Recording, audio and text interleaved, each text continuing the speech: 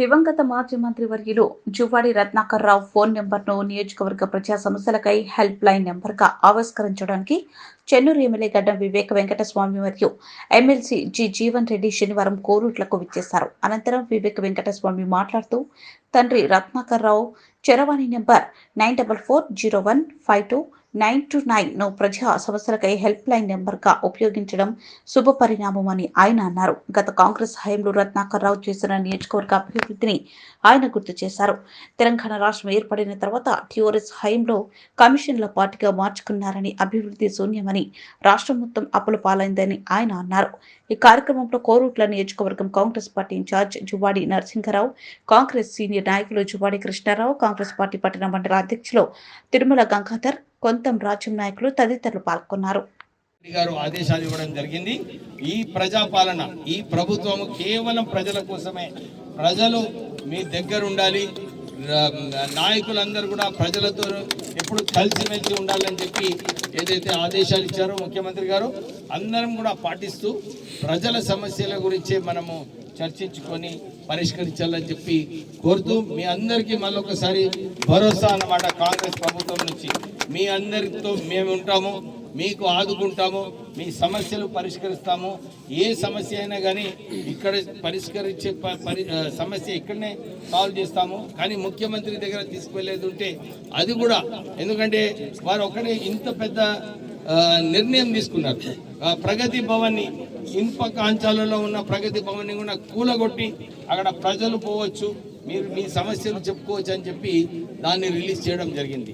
సెక్రటేరియట్లో కూడా మీరు ఇవాళ సెక్రటేరియట్ పోతే అక్కడ అందరు ప్రజలు వాళ్ళు ఈ సెక్రటరీ దగ్గర పోతున్నారు, సార్ మాకు ఈ సమస్య ఉందని చెప్పి. అంటే ప్రజల పాలన ఉంది. అట్లానే ఏదైతే టోల్ ఫ్రీ నంబర్ రిలీజ్ చేయడం జరిగిందో ఈ టోల్ ఫ్రీ నంబర్లో కూడా మీరందరూ కూడా మీ సమస్యలు చెప్పుకోవచ్చు. ఇది కూడా ఒక కోణం అన్నమాట. ఈ ప్రజాపాలనలో ప్రజల సమస్యలు ఇమీడియట్గా మాకు మీరు చెప్పండి, మేము మీకు బుక్లో రాసుకొని మీ అందరికీ కూడా మళ్ళీ రిప్లై చేస్తామని చెప్పి ఏదైతే వారు ఇప్పుడే చెప్పారో చాలా మంచి విషయము. మీ అందరికీ కూడా నేను ఇంతకుముందు మీటింగ్లో కూడా ఇదే చెప్పాను. మా స్వర్గీయ రత్నాకర్ రావు గారు కూడా మా ధర్మపురి ఎమ్మెల్యే ఉండే వారు, అక్కడ కూడా నేను ఎంపీ అయిన తర్వాత చూశాను. అన్ని వర్గాలకు అందరికీ కూడా సమన్వయం చేసి అందరికీ వాళ్ళు న్యాయం చేసేలాగా ఇప్పుడు కూడా వారు నిర్ణయాలు తీసుకునేవారు. అలాంటి కుటుంబం నుంచి వీళ్ళిద్దరు ఉన్నారు. వీళ్ళిద్దరు కూడా ఇక్కడ మన ప్రజలకు మీకు సేవలు చేస్తారని చెప్పి మీ అందరితో మళ్ళొకసారి చెప్తూ, నేను చాలాసార్లు జీవన్ రెడ్డి గారితో ఎప్పుడు వెళ్ళినా ఒక కొత్త నిర్ణయం తీసుకోవడం జరుగుతుంది.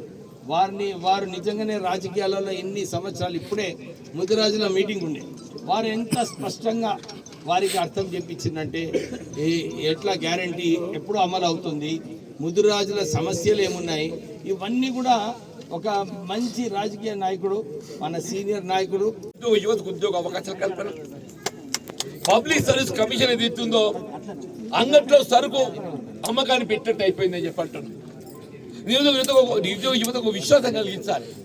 పబ్లిక్ సర్వీస్ కమిషన్ అంటే పారదర్శకత మారు పేరు, ట్రాన్స్పరెంట్,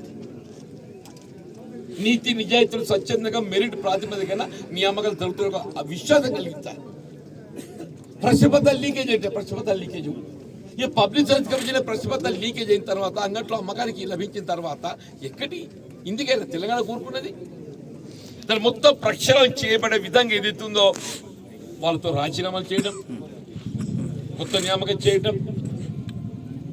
మీకు ఇవాళ ఇది ఉగాది కానీ మళ్ళీ ఉగాది లోపల 2 లక్షల ఉద్యోగాలు భర్తీ కాదు, ప్రతి సంవత్సరం 1 లక్ష ఉద్యోగాలు. 4 సంవత్సరాలలో ఈ 2 కారణంగా ఇంకా 4 అంటే 5 సంవత్సరాల కాలంలో 6 లక్షల ఉద్యోగాలు భర్తీ చేయబడే విధంగా కార్యక్రమాన్ని అమలు చేయబోతుంది మన కాంగ్రెస్ ప్రభుత్వం. మన రేవంత్ రెడ్డి గారి యొక్క ఆధ్వర్యంలో చెప్పండి. ఇతర సంక్షేమ కార్యక్రమాలన్నీ కూడా మనకు అభివృద్ధి చెప్పండి. అవన్నీ కూడా అంత నెల 15 రోజులు అయితే 2 నెలలు కాలేదు. నాకు ఇది అర్థమే కాదు. మరి ఇత్తనం పెడితే పంట వండడానికి 4 నెలలు కావాలన్నా, నువ్వు ఏమి ఇత్తనం పెట్టవే 4 నెలలు